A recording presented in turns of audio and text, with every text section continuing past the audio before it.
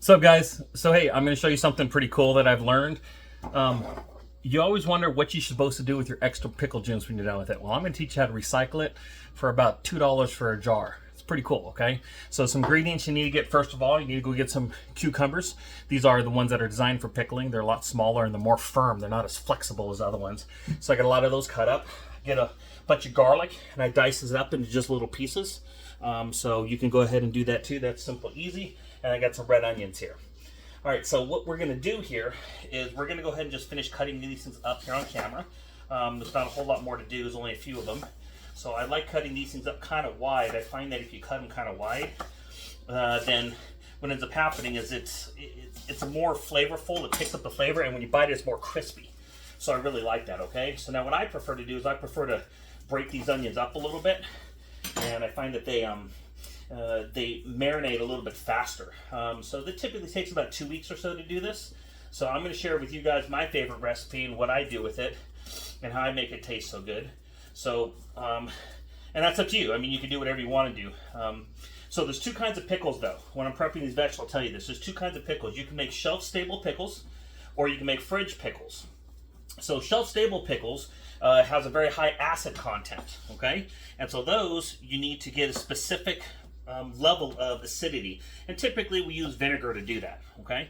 I don't like doing that because I don't really care for vinegar. If you put it in a pickle, it's not too bad, but it's not my favorite, so I don't really particularly like it.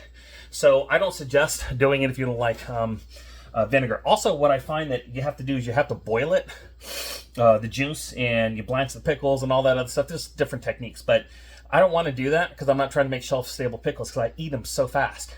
I love pickles. Okay, so I took some of my old pickle juice that I really liked, and I just want to spice it up a little bit, okay? So first thing first is I have actually an old mayonnaise jar. Now, there's some arguments about whether or not if I should do it in this, you should do it in glass, but my pickles stay in here for less than like a week and a half before I eat them all. So it takes about 2 weeks to fully marinate, and you'll notice because these actually turn translucent, but when they're still like cooking or marinating, they're still kind of pink. You'll see that it gets pink around the outside and it gets kind of purple in the middle. So when these turn fully translucent, they're ready to eat. I don't wait that long and they're still fabulous. So, all right, so what I do is I have my old pickle juice I already have in this little cup. I have my little jar here. And so what I'm gonna go ahead and do is I'm gonna go ahead and start stuffing these pickles in this jar. And I like these because I can get my hand in it. And you know, there's bacteria and all that other stuff, so you gotta be careful of that stuff. So, but I'm not trying to do that. I'm trying to worry more about making just straight up. Oh, you know, I forgot one ingredient. I'll be right back. Okay, I forgot these. These are just olive leaves, or not olives, grape leaves. You can also use cherry leaves. What happens when you put it in, it releases tannins in it, and the tannins keep the pickles more crispy. I find there is a difference. Now, if you really want to go crazy, the company called Bell, I think it's Bell, a canning company, they sell something called Pickle Crisp. And you can put that in, and apparently it does a really good job, and well, whatever. I want to keep this as cheap as I can, so I grow grapes here, so it's always easy to have these. And I find that they're not sitting for a year, they're sitting for a week, so they still stay pretty crispy. So anyways, as I said, I go ahead and put that in. I'm going to take one of these leaves and kind of put it in the bottom. I'm going to go ahead and start putting some onions in.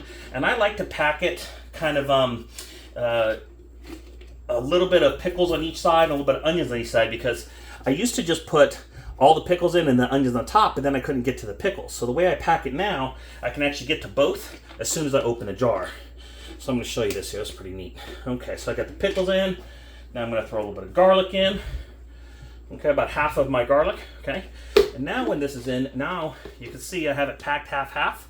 Now I can pack all my pickles on the other side, on top of the onions. Okay, and those onions, they compress down pretty good, so it's not too bad. Okay, now what I'm going to do is just put another olive leaf in there, pack the rest of my garlic in, and then there you go. Now I'm going to go ahead and put the onions in. And what's cool is I find that if you can kind of poke them in pretty firm, and it doesn't really seem to matter.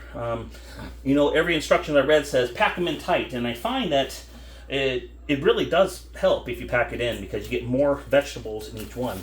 So I'm not afraid of smashing these onions a little bit because you can still eat the little crumbs and they're delicious. So those are like the little pieces that are at the bottom that are just magnificent. So that's what I do. Okay, so I got this in. This was 6 small cucumbers. I showed you the size. And there's 1 onion. The onions are about this size or so. So it's a medium, I would say, not super large. Okay. Now that this is in over here, now I just want to put a little bit of my seasonings in, okay? So I like them a little spicy. So I'm going to put some of this in. So we do this over here. And I don't like too much, but about half a bag of this is where I like the flavor at. Oh, I was in the middle of telling you guys about bacteria and stuff.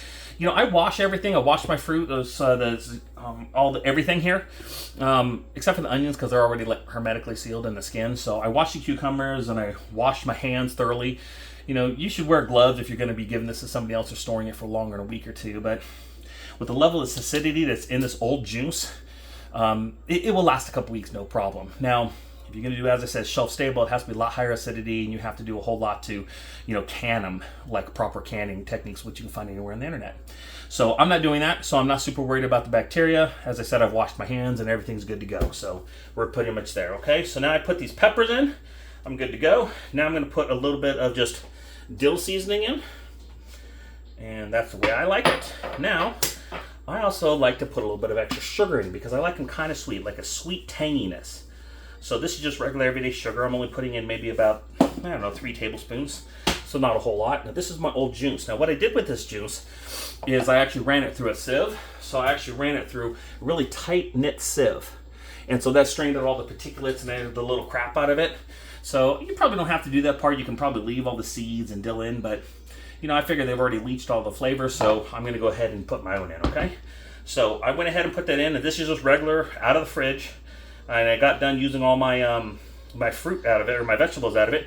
So now I have it left over. So that's 1 cup, and I might have a little bit extra left over. Let's find out. I'm gonna have a little bit extra left over. So no big deal. I'll probably put a little more vegetables in this one than I did last time. Actually, you know what? They say you're supposed to leave an air gap on the top, so that way, if there's any expansion or any kind of fermenting that goes on, there's some air gap in here. But as I said, mine's gonna be in here for probably less than a week before I eat it. So maybe even 5 days. So I'm not too worried about it, okay? So now, after this, I just shake it up. So get those flavors moving. And you could do this maybe once a day if you want to. Sometimes I do, sometimes I don't. I really don't find it makes any difference. So it doesn't really matter, okay? So that's it. Now you can see that there's flavors all throughout it. So it will mix a little bit more. I think I got this a little fuller than I normally do. So yeah, it's doing pretty good. So they also say you're supposed to, you know, take a rag and wipe the edge and all that crap. I'm going to be eating this in a week, so it doesn't really matter. At most 2 weeks, okay? So now, the only thing you got to worry about is if you don't leave an air gap in here, it potentially could leak on your fridge a little bit, but I have glass shelves, it cleans right up, so no big deal. So, that's it. Now, another week, I'm ready to go. And what I do is I'm just going to put the date on here so I know when it was packed, so it's ready to go. And this is ready to go in the fridge. Simple as that, ready to go. And this is one that I made about a week ago. I made this on 10/12. Alexa, what's the date today? I don't even think it's been a week. Yeah, it's only the 17th today.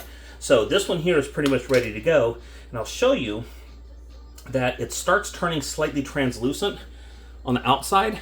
See? It still's got more time. When this purple stuff in here is completely gone, that's when it's accepted as much flavor as it can be.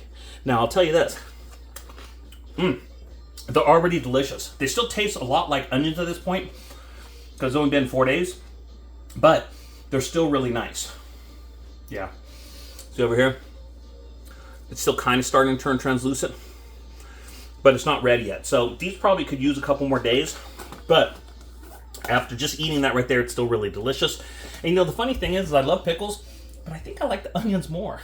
And when I put the garlic in, the garlic flavors go. So what's cool about this is the longer this goes, the more flavor and depth of flavor that this has.